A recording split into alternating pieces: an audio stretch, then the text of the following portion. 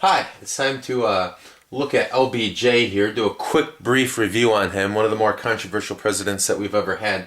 A lot of Republicans criticize his domestic policies. A lot of Democrats criticize his foreign policy.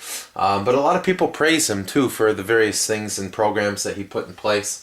His nickname was the Great Legislator for all that he did, and even before he was president, for example, during the Eisenhower era, he was one of the people who helped create NASA under Eisenhower. Ironically, almost maybe one of the people who helped defeated the Civil Rights Act of 1957 under Eisenhower. Later redeemed himself with the 1964 Civil Rights Act and 1965 Voting Rights Act that he helped put through as president.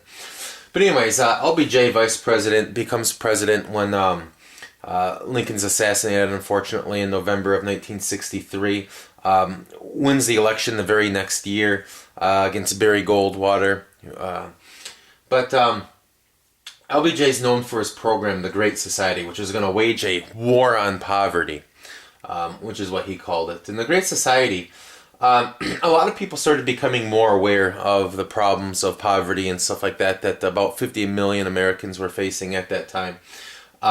You might remember back during the Second Industrial Revolution, Jacob Riis, a Danish immigrant, had wrote a book, How the Other Half Lives, and it opened a lot of people's eyes to the people living in just horrible poverty in New York City during the Second Industrial Revolution.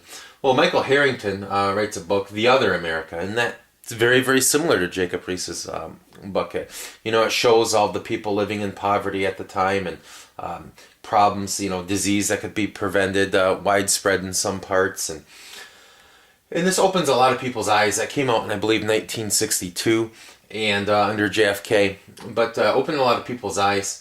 LBJ creates the Economic Opportunity Act, and this will create an office, and this office helps spark and help create a lot of other things, some of which we still have around today. Creates a Job Corps, which is supposed to help a lot of people, especially urban area people, people living in poverty, to train them jobs, give them job skills. One complaint of this is that a lot of the people who did go through this program, they got job skills that were becoming obsolete with the newer technology and things like that were going on. That was one criticism, although it was certainly a well-meaning program.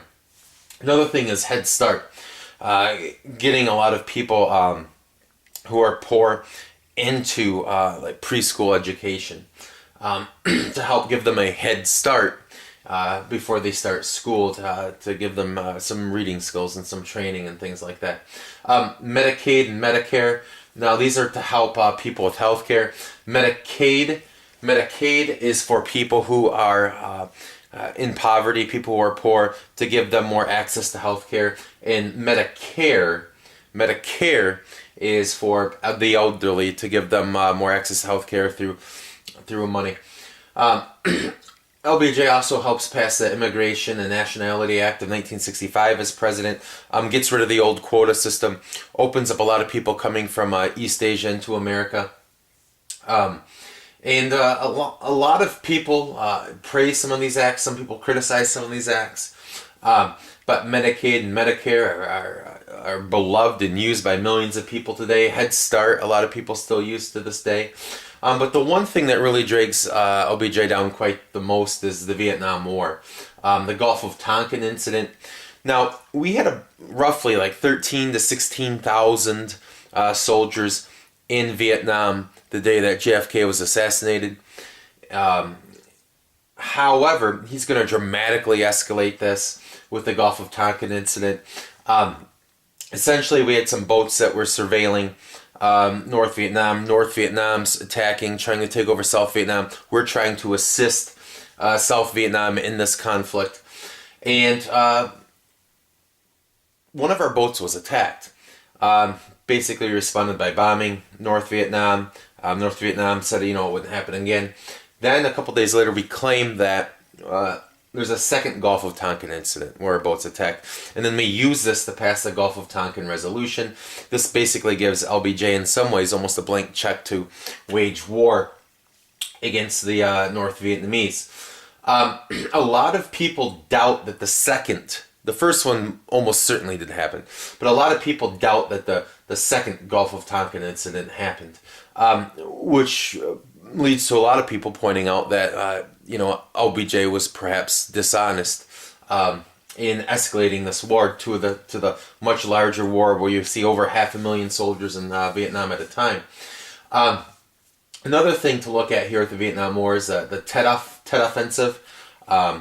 There's a ceasefire, and that North Vietnam, South Vietnam had wanted, but then North Vietnam launches all these attacks all throughout South Vietnam and catches us off guard, but we eventually militarily win, push them back and win. However, the media is portraying it as, the fact that, if they can do all these surprise attacks all over South Vietnam at once, that this war is perhaps unwinnable, perhaps it's time to get out. That definitely is a huge drag in the final year of LBJ's presidency. At the same time, the My Lai massacre comes out, where American soldiers had killed some people in a village, innocent civilians. And the Pentagon Papers, although they come out after LBJ is no longer president in 1971, I believe, and they actually come out under Nixon. But the Pentagon Papers and the New York Times publishes them. They're top secret information. New York Times, they're leaked to the New York Times. They publish it, and it basically shows how the Army, JFK, and LBJ had all been lying about the Vietnam War in one way or another to the public. And even though LBJ's out of office now, it really gives a lot of people ammunition to criticize him with. But the pinnacle of LBJ's presidency, you would have to say, are the 1964 Civil Rights Act and 1965 Voting Rights Act.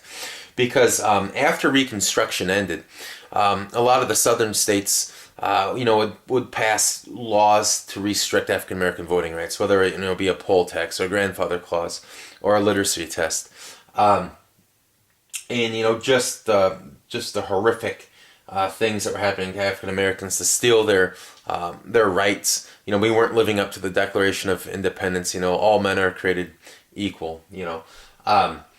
And this goes a long ways in helping us live more closely to the Declaration of Independence. It's in my opinion that you'd have to say that these two things right here are the best things that he did as president. But very, very, very controversial. But it's one of the good debates. Where do we rank LBJ based on some of the good things he did, based on some of the bad things he did? Some of his things have had mixed results. And some people have even claimed that some of these other programs up here that he had tried didn't really help the poor as much. A lot of the money went to the middle class. You still see large numbers of poor people, although the poverty rate does go down a bit. But there is LBJ in a quick, brief review. Thank you.